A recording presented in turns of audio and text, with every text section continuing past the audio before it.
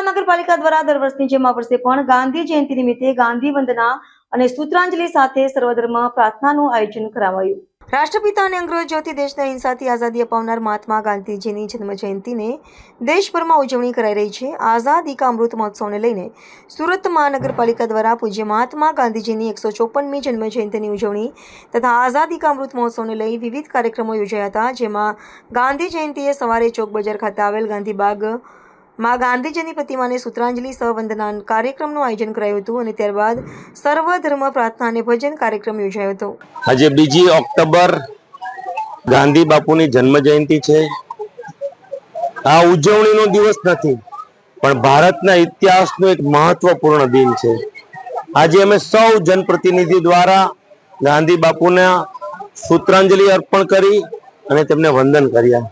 ગાંધી બાપુનો સિદ્ધાંતના હિસાબે તેમના સત્ય અને અહિંસાના માર્ગે બ્રિટિશરોના 200 વર્ષના શાસનને અંત લાવ્યા અને તેમના આજે તેમની સાદગી અને તેમની સ્વચ્છતાની આગ્રહી આજે પણ દેશ યાદ કરે છે। તેમના સ્વચ્છતાનો મંત્ર જમીનમાં ઉતારવાનું કામ અત્યારના વડાપ્રધાન આદરણીય નરેન્દ્રભાઈ મોદીએ કર્યા છે અને આપને સમગ્ર ભારત દેશને સ્વચ્છતાના આગ્રહી બનાવે છે। ગાંધી બાપુનો સિદ્ધાંત સમગ્ર વિશ્વએ પ્રેરણા લીધી છે અને વિશ્વમાં કોઈ એવા નેતા હોય જેમનું સ્ટેચ્યુ ભારત સિવાય અલગ કન્ટ્રીમાં લાગ્યું હોય અને એ પણ હાઈએસ્ટ કન્ટ્રીમાં લાગ્યું હોય તો આપણા ગાંધી બાપુનું લાગ્યું છે।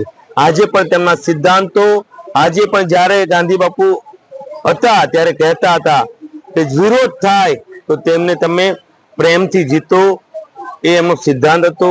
આજે પણ નવી પેઢી પણ ગાંધી બાપુના સિદ્ધાંતને પ્રેરણા લે છે ને અત્યારે તો વિશ્વમાં યુદ્ધ ચાલી રહ્યું છે, વિશ્વમાં ટેરિફ ચાલી રહ્યું છે, ત્યારે ગાંધી બાપુના સિદ્ધાંતો અવશ્ય આપણે યાદ આવે છે। તેમની સાદગી, તેમની સ્વદેશી અપનાવવાની નીતિ ને તેમની સ્વચ્છતા પ્રત્યે આગ્રહી આજે પણ સમગ્ર દેશમાં ભારત દેશમાં આપણે તેમના આગ્રહી બનીએ છીએ। ફરી એકવાર સમગ્ર સુરતીઓને હું ગાંધી બાપુની જન્મ જયંતિ ખૂબ ખૂબ શુભકામના આપું છું।